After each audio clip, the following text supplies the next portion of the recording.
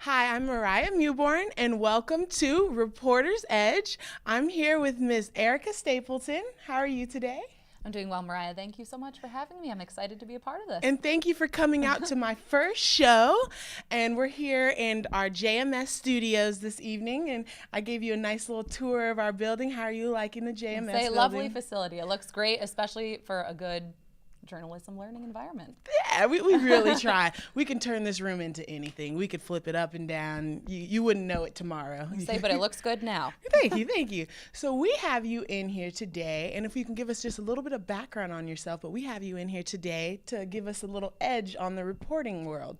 So can you give us a background on your college experience or your college? Yes, I went to school at Boston University, which is in Massachusetts, in Boston, so Northeast. And out of school, I studied broadcast journalism. Out of school, I got my first job in Bangor, Maine. Okay. And then I was there for 2 years, and I recently got a job in Greensboro at WFMY, so I just made the transition down, which is a jump from a smaller market to a bigger market. So that's the goal for a lot of reporters, I know. So Greensboro is a bigger market, so... Yes, Greensboro is higher than Maine, Bangor, Maine, and it kind of goes in a list. Bangor was a smaller town, Greensboro is bigger, and it covers a lot, the whole triad area, and then if something really big is happening, range. we kind of go across the state. Okay, cool. Which I like. So was it hard for you to bring down here? Is there anything different from the two different studios? Oh, totally different. From what my experience I've had through internships and just these different jobs, there's a lot of similarities between different newsrooms and how they operate, but then there are some things that are widely different. So you just kind of have to, the basics are always going to be the same, but things Give us a couple concrete things for both of the studios. Well, both studios, I would say in terms of reporting, you have to be willing to do everything, because that's kind of the direction we're going in. At my first job, I had to shoot, write, edit, which I'm sure you have learned. That is what you always need to do. Definitely what we're learning. And I also anchored there as well. So there was kind of more room for opportunities in terms of doing different jobs, and then, but still transitioning from college to there, it was different. There was a lot of different things going on. The workload was obviously much larger than you would have had in college, or much heavier, I should say. And more real, right? Definitely more real. You're like, this is a job. I'm a professional. I'm getting paid for this. Exactly. You're like, this is the dream, baby. So, but once you kind of like get your feet wet in the newsroom you are working in, or in the studio that you're working in, it's easier to adapt. You're like, once you learn the expectations, you'll be like, okay, I need to do this, I need to do this. So it's almost like one step at a time, which is kind of the point where I'm at here in Greensboro, because I recently moved down. I know how to report. I know how to go out. I know how to meet people, that sort of thing. This stays the same, but it's just like, what does the station like? You kind of have to tailor it to your audience. You have to learn your new audience. So that's kind of where I'm at now, which I think is really important in terms of reporting. You can't just regurgitate. You have to know what people want. Exactly. So when you were in college, did they teach you that you're going to have a cameraman, and you're going to have somebody there for audio, and there's going to be somebody writing for you, and you're just going to be in front of the camera? Or did they teach you you have to be You have to be able to do it all, which is at first, it sounds really daunting. At first, you're just like, I don't know, like this camera's heavy. I don't know how to hold it. But you need to be willing to do it. And ultimately, I think it pays off, because that makes you more marketable if you know how to do everything, and if you know how to do everything well. And I've personally gotten to a point where I like to do my own stuff, because you have that creative control. That freedom. Over things, which that doesn't mean I don't like working with other people. And there definitely will be opportunities to like work with photographers and different audio, and just working with other anchors in terms of getting stuff together, and definitely embrace those opportunities, because it's always good to kind of bounce your ideas off of someone else, I think.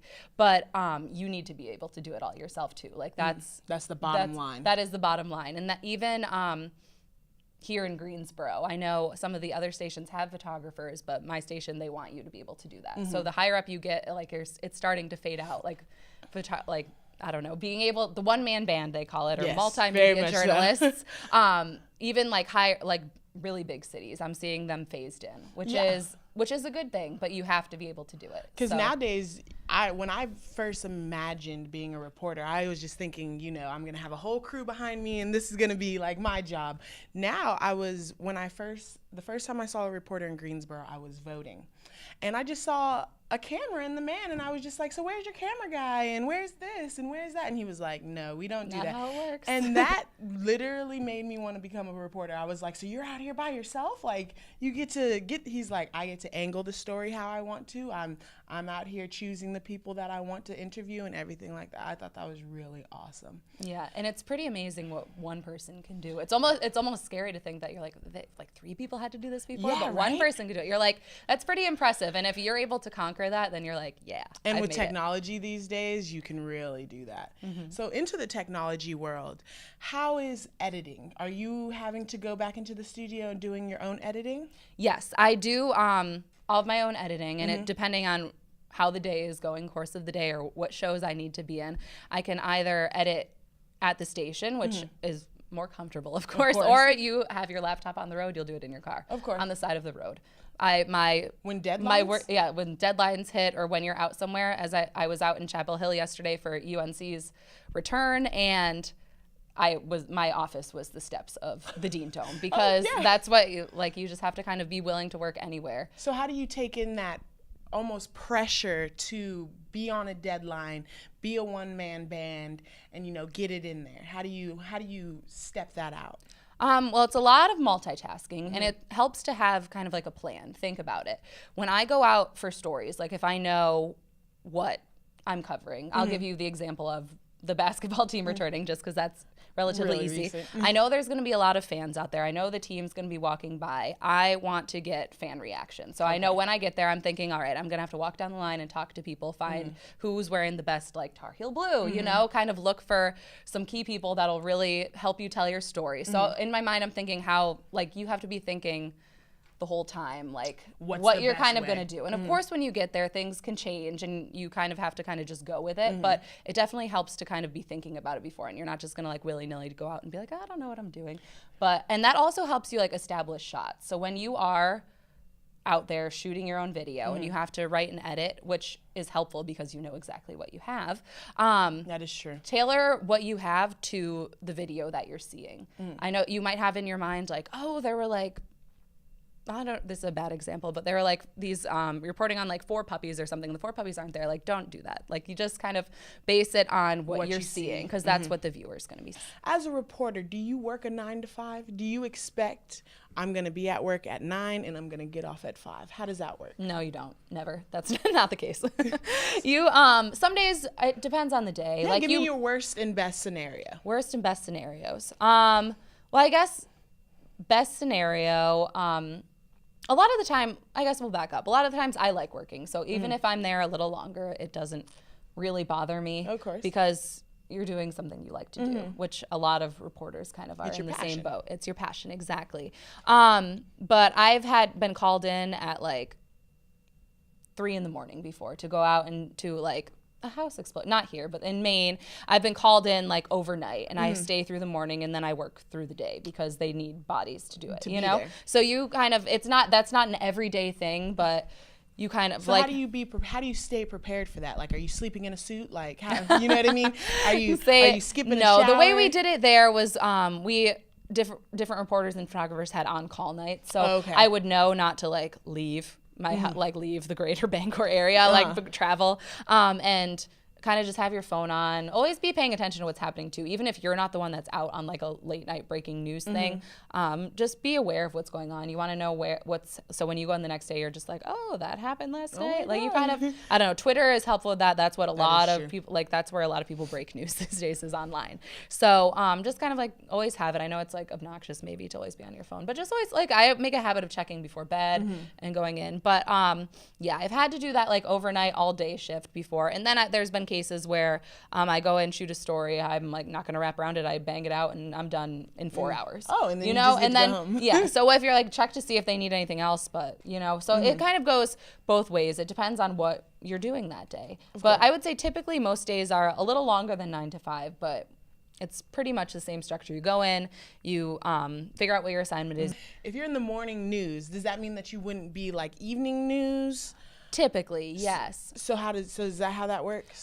So there are different shifts. There's usually like a morning crew, which they will get in at like irrational hours of the morning to get stuff ready, but that's their schedule. So at both stations I've worked at, like a morning crew would start coming in around like 1, 2 o'clock in the morning. Like producers will come in, get the show set up, because a lot of programs or a lot of newscasts go on the air at like 4:35. So all of that crew will kind of come in early, and then I go in dayside, I guess you would call it, comes in around like 9. They stay till like 9 to, that's your 9 to 5 person. More or less person. And then there's like an evening crew that comes in at like 2 or 3, and they'll stay for the 10 or 11 o'clock newscast. So they'll stay through. So it's almost, someone's typically there all day, which is what you want in a news organization. Yeah.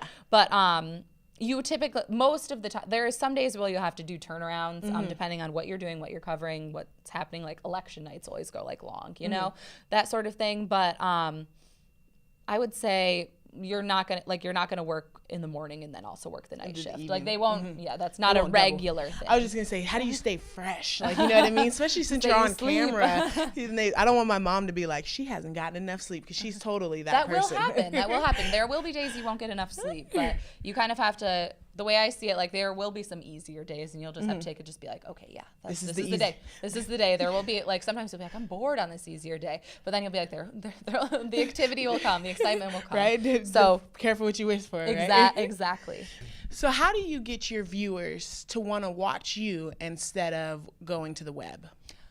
I've seen different theories applied to this, I will say.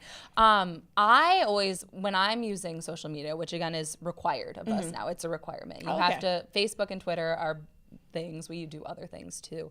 But I typically like to say, this is what's happening.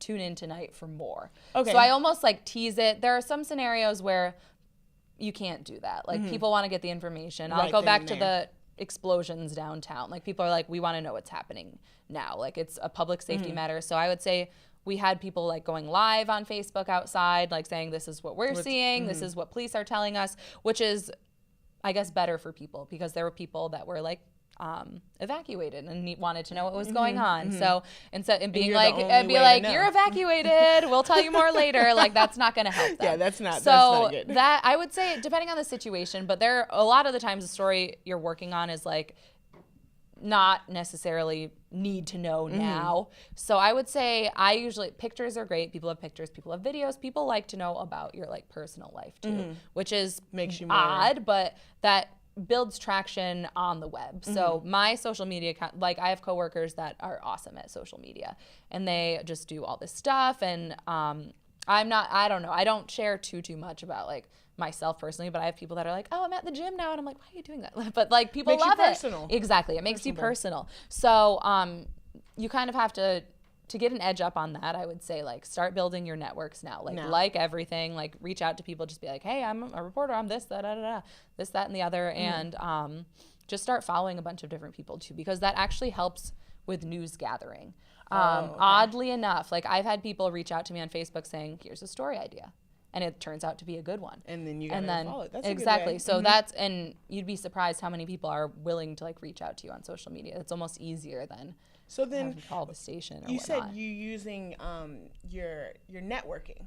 Yes. So are you still using some people from college? Are you still talking with people from Boston? How are you coordinating that with your job? I guess people in the past, there are still a handful of professors I talk to, not particularly regularly, but I'll always be like, here's this story, if you want to check it out. Then I still talk with people in Maine, and I'm building that network here. But a lot of times it's your coworkers, because they're in the same market you're at. They're here, so if you like want to bounce, like if you do a story and you're like, hey, what are your thoughts on this? They'll be like, well, I would have done it this way because of this, and this. But I do still network with, when I was looking for this job, I reached out to professors and was like, hey, I'm looking for different jobs. Get to Greensboro? Say online, lot of online applications, which is everything's online these days. And it's just, oddly enough, a news director at a competing station in Maine used to work here. Oh, okay. So they were able to, my news director, I didn't know it until my news director now called him and was like, what's up with this girl? So that's always another thing. Like when you're out in the field, there's going to be competition. Most places, like there's 4 different stations or out here. You don't have to be that person that's like sticking your mic in front of them, you know, trying to be kind of be amicable with everybody, because you never know when things will come back to like bite you, because I don't know if that news director in Maine had seen was like, oh, she's not like doesn't present herself very well, like I probably wouldn't have gotten very far. So just make sure like you're in a field where everyone's watching you all the time, you never, even if you don't know it. So you just kind of have to make sure you're always presenting you're representing not only yourself but your station and your career.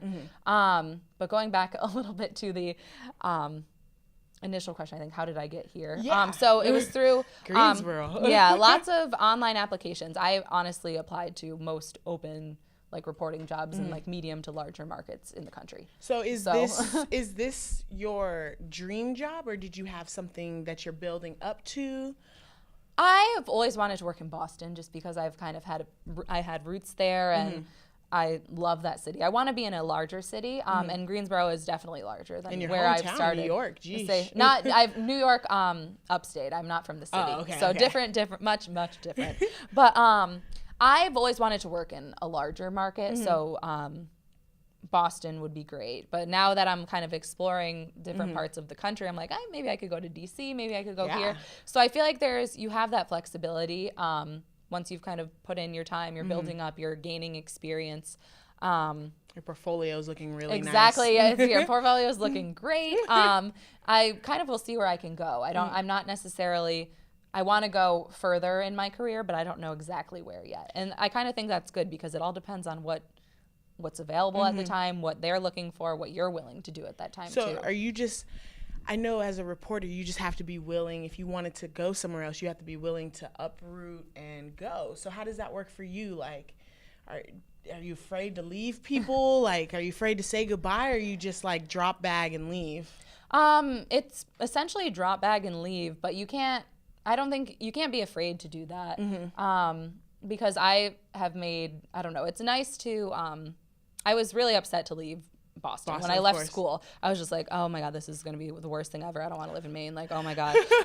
But I went there and I made so many like friends. I made so many great connections working, and it was just like such a blast to be like living in that part of the country that it was sad to leave there. And I'm like, that's probably just how it's going to be. Like you make a lot of friends, but then it's like you're closing the chapter. You're almost like a military kid. Exactly. That's the way you got to think of it. And that's, but what I've noticed here is that a lot of people end up coming to Greensboro and they're like, oh, we like started a family. We loved it. I'm not there yet, but like it's a good sign. So you just kind of have to be like, there's places in the world that you're like, you never thought you would live, but you're like, I can do this. I can do this. Nice. Yeah. So it's, you kind of, you have to be willing. It sucks to have to leave like a network, like a group of people that you know. Like down here, I didn't really know anybody. So I'm just like, you started making fresh. friends. Yeah. You get that fresh start and you get to like prove yourself all over again, which is exciting. But at the same time, it's kind of hard because you don't know anybody. You're just like chilling by yourself. You're just like, you're the new kid. You're like, all right, I don't know anyone. And you look at like everyone in the newsroom, you're like, they're all like laughing with each other. How do I know these people? Like I will never be on that level, but you will. You'll get there. Are you sitting alone at lunchtime? No, people have been very friendly, and that's kind of a point too. Like when I see new people coming in, I'm just like, hi, like so that like be welcoming to new people, because it's tough to move. It is tough, but ultimately worth it, I would say. Oh yeah, definitely. So wrapping it up, if you could give me a couple of just absolutely no-nos, like anywhere, both professional jobs that you've had, they were just no room for this. What were a couple that you could tell us? I would say, just going back to like, you don't say no. Okay. Going with no-nos, like don't say no. If you are in the newsroom and someone's like, oh, this just came in, Erica, can you put this on the web? If you're like, just be, they're like, I don't want to write this web story that takes up like 10 more minutes. I want to go home. But like, do it. Like, just be willing to do whatever you want to do. Because I've seen people say no, and that looks bad. Like, I've seen reporters kind of go through, and it's just, I've seen reporters get fired for doing like, for not living up to what they said they would. Living up to what they said they would. And it just kind of puts a bad mood. And every time you like churn down a story or don't make the most of it, it puts a bad taste in someone's mouth, and they Then might they not won't outwardly think of you say it, next but time. exactly. So I think, and like your news director notices that. I feel like people are very observant of what goes on, even if it might not be outwardly like, oh, she was just like, I'm not doing that today. Like, no, another thing, like no story, you're not too good for any story. Like when you're in smaller markets or your first job, you might be covering like going to a farm and doing something, like things that you're just like, how is this a news story? Yeah, I was But thinking you all have to animal think, things yeah, too. animals, which they can be fun. I've gotten my fair share of farm stories, but you have to think with the mentality that like this story matters to somebody. Like someone is talking to me right now about their profession, about this, like that is what is important to them, and I need to do my best to represent that. So I've definitely been given some stories that are like, really? But you have to kind of think, how can I make this interesting? How can I make this something that people want to see? One of the best compliments I've ever gotten was, or at least in my opinion, was I had to do a story about pollen in Maine, which you're just like, what? But then someone came up to me after and they're like, I didn't even know I was watching a story about pollen, because it was like, So good. I guess not so good, but it was just like you make it visually interesting. And if you don't have the sound, you make it, you kind of have to use your resources, but never think that you're too good for a story, because it'll matter to somebody and they'll remember that. And they'll be like, you did such a great job on that. Like you kind of have to have the same work ethic toward everything you're doing, even as little as tweeting something to as big as like a live report at like a really big story. Another thing, if you're working with other people, don't give, like I've seen reporters, if you are fortunate enough to have a photographer with you that day, like help them, be willing to talk to them. I've seen so many reporters that are just like, okay, you do all the shots, I'm gonna be here looking pretty, but like it helps to collaborate, and ultimately your story is gonna be so much better. But like never, I don't know, I kind of have the like never think you're better than anybody attitude, even if you are. never let that convey, because ultimately that you'll bad look better. taste that you said. You'll get a bad taste, and as a reporter, someone who your image goes a long way, you don't want that. So I would say that would be my too advice. uppity for me. Yeah, like and you can kind of say the best reporters I've seen are like similar to how they are off camera to how they are on, So it's like, which is there's obviously a difference, but you want to be conversational. You want to be the best self you are. You don't really want to be a fake person. Yeah, that's just kind you don't want to be a that's total my different philosophy. person on camera than off. That makes sense. That makes sense. You go out, do it, and then you'll report around it. So what are some personal tips that you've learned throughout your career that would make a young reporter, like a Bennett College student like me, stand out to the world? Well, the biggest thing that you're going to need to stand out on is a resume reel, which I'm sure you've heard of. But that's what gets you your first job most of the time, I would say. And to do that, what the best advice I had been given that I've put into it was be dynamic. You don't want to just be like standing there with a microphone. You can always stand somewhere and look pretty. But if you want to show people what's happening, like of course within your abilities, there's going to be times when you're manning your own live shots. Of course.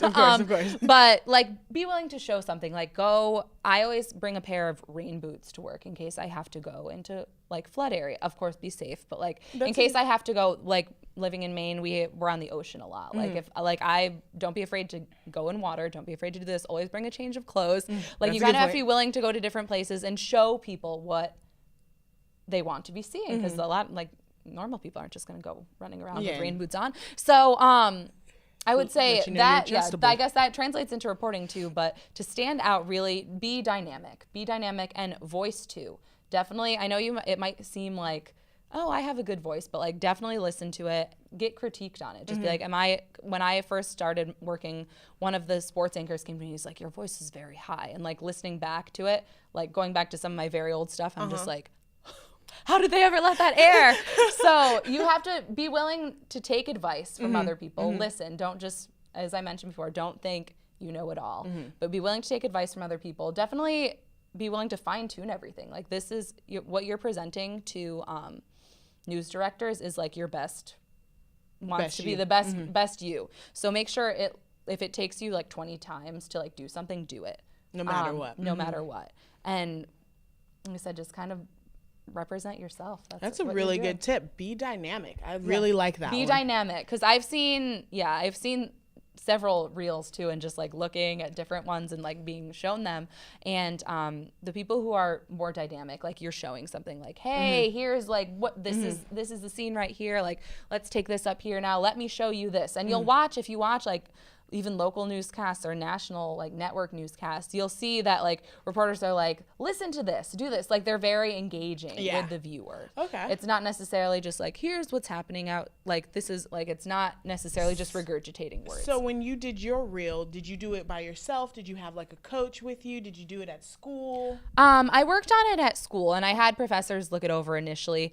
I had one of my roommates, actually, she was a broadcast journalism student, and we used to go out and we called it stand-up Saturdays. Hey. And we would literally take a camera from school and go out and like look for things that they were pretty much fake stories. Hey, but we would see like, we would drive around and we'd be like, oh, there's crime tape. Let's pretend something happened here. And we would be like, see this spot? Police are searching in there. Like we would That's really cool, though. Which is it's definitely good to have real experience too. Like I'm sure you'll probably get that through your classes.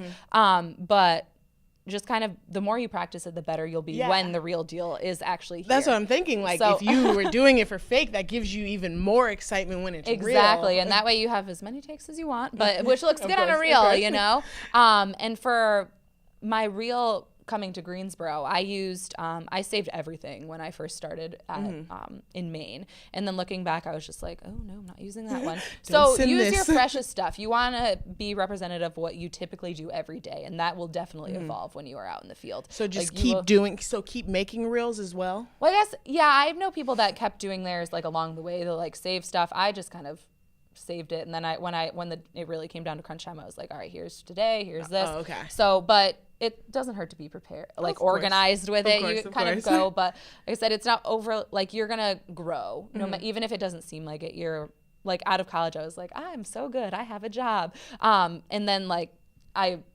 got so much better. So you kind of, you're going to. The on the job training. Exactly. Almost. You are going to grow so much, even if you don't even think you can. Like you're, even here, I'm just like, all right, doing things differently now, So it's like, you got to be willing to grow, and you have to know that you're growing. So take your fresh stuff, and even if people look at it as you're going through, like coworkers. Like I had one of our morning anchors in Maine was like, if you want me to look at stuff, I'll look at stuff. Like, and I was like, okay, here, take this. Yeah, please. Like take them up on offers, and know that people are going to give you different opinions on everything, but be willing to take them with a grain of salt, I guess. Of course. Like sometimes you're just like one reporter I used to work with, he was like, I hate stand-ups. Like they look so bad. I'm like, okay, yeah, sure. But he would be like, every time he's like, they're so unnecessary. And I'm like, sometimes they are maybe, but not that one. So just kind of like know that, be willing to listen to everyone's advice that they give you, but adjust. You don't have to take it. Yeah, just be willing to take it nicely, and don't be afraid to offer your advice to others. Like don't just be like, that sucked. But like, if you see a new reporter coming in, just be like, hey, like you could try it this way, or just kind of be willing to share your thoughts too, because that ultimately helps with the And then earlier you were talking about the web. So how do you structure a web writing for the web as in reporting for television? Television is going to be more conversational. Web, you of course have to use like correct grammar and stuff like that. But when I write in scripts, like a lot of the times it's like all capitalized. It's all, which you're not going to put on web. So of course. I typically take the script I put into our rundown or the live script, and I'll like put it in a web article, but I'll like change it. I'll like put periods in and like put like, so it's not instead of, and it's not like, it's just like it's not too different. Like I like to keep it relatively the same. And then if it's like a person talking an interview, I'll just be like, Jason said, like things that are not in the script. Yeah, of course. So it's not too different. I would say keep them as similar as possible, because that's what like the video is going to be attached to it, so it'll be pretty much the same thing. So during your 3 years of reporting, what is your favorite story? I have a lot to choose from, but I would say one of my favorite stories of all time would have been about homeless kids. I know that sounds really sad, something that would not be like a favorite, but it was a problem this is in Maine, in the Bangor area. It was a problem, and I had been talking to people about that problem. And I was like, well, what is the solution? They're like, well, we have a homeless kid shelter that does this, this, and this. And I was like, that would be good to know, because I personally like to kind of, if there's something happening, I want to provide a solution, Of course, you know? of course. So what we did was we went and we rode around with these 2 guys that work at the shelter, and their job is to go out and find kids on the street.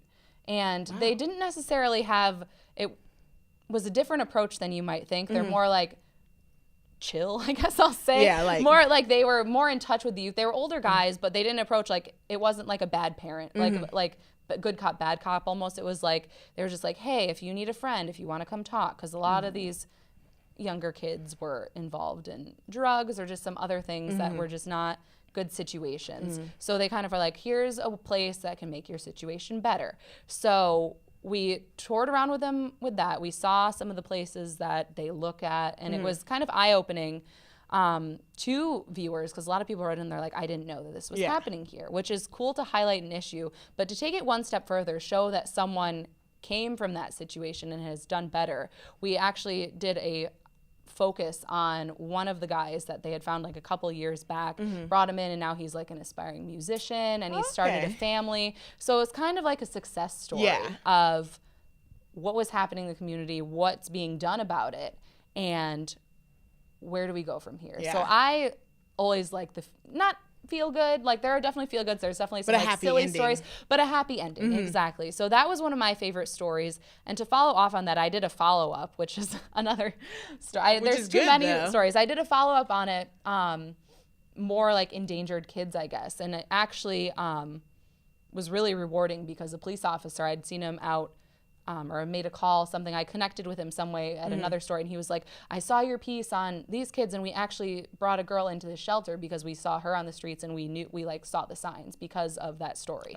So I was like, so it really, not only is it highlighting something, but it's actually, it helped something. So it was nice to see. And that's very rewarding. Like, exactly. So it's nice to see a story that like you put together that would not have been there had had you not worked on it, actually impact lives, someone's really. life, you know? So it's a small thing, but it was just like that's always going to stick with me. Because don't make it small. That's a big thing. You saved someone from potentially being on the street. So it's, so you can kind of, You're and so there's humble. so many. You're so humble. I was gonna say there's so many impactful stories like that. You can see them everywhere in all local stations, even like online. Like there's always something happening in your community that people are not seeing.